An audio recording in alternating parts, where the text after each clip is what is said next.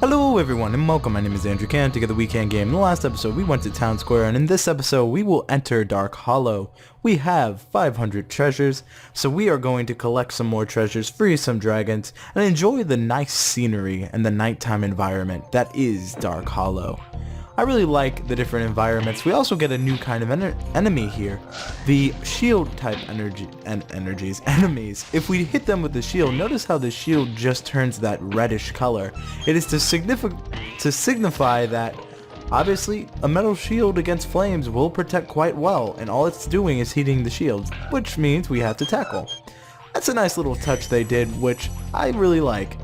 It lets you know, hey, that's not the best course of action. Now for these bigger enemies, the best thing to do is the opposite. You have to use flames, because, well, their size, you can't really tackle them at Spyro's size. So we're going to collect these gems and figure out what Alban has to say. Oh, it's you. I wasn't sure if you'd escape those annoying little creatures. Of course they wouldn't bother me, but here's a hint. Metal armor is fireproof, but a charge attack will take care of them. Basically condensing what I just said. So we're gonna save. I like the different sizes of the dragons and how some of them stand on 2, some stand on 4. I find that nice. So we're gonna have a little bit of a challenge here. The enemy differences, I do like variety. I'm going to light these flames up. That's another thing I like. Oh, you can actually use your abilities with the area. That's cool. That wasn't cool. That is my first instance of actually getting hit, I believe. As you see, Sparks is chasing the butterfly to get us back to the gold sparks we know and love. So we're going to climb up here, get these treasures. Getting better at calling them treasures. You gotta understand, after... Oh, that was my bad. After calling them gems for as long as I have, it's kind of hard to break that habit, so I'm going to collect these gems around the return to home portal and listen to what this dragon has to say. Darius. Big enemies like this Gnorc with the club cannot be charged, but a quick flame, that should defeat them. Recapping what I've already explained. Thank you, Darius. So, going to quick flame. I have to say, every time they do that little forward motion to where it looks, where they like put their head forward, I swear I think they're attacking me. I know they're not, but it still gets me. So I believe that's all the gems over here, so I'm going to fly to here to get this one gem, and then I'm going to fly over there. I really like the, glide over there. I really like how Spyro, it's a simple platformer, but they have a lot of mechanics that work well. I feel that sometimes a simple game is good as long as the mechanics are good. I believe that takes us up to 8 lives. I'm doing quite well on that. But like I was saying, a game doesn't have to be complex. As long as it works well and has a fun concept, it's all a game really needs.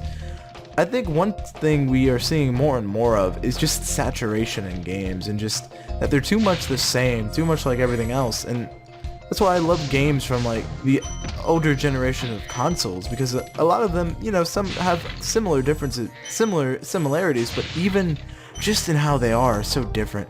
Now these enemies are a very special circumstance.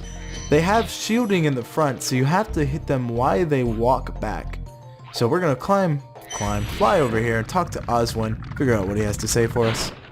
Psst, Spyro, want to know a secret? Use the triangle button when you want to zoom in and look around. Oh, your secret's safe with me.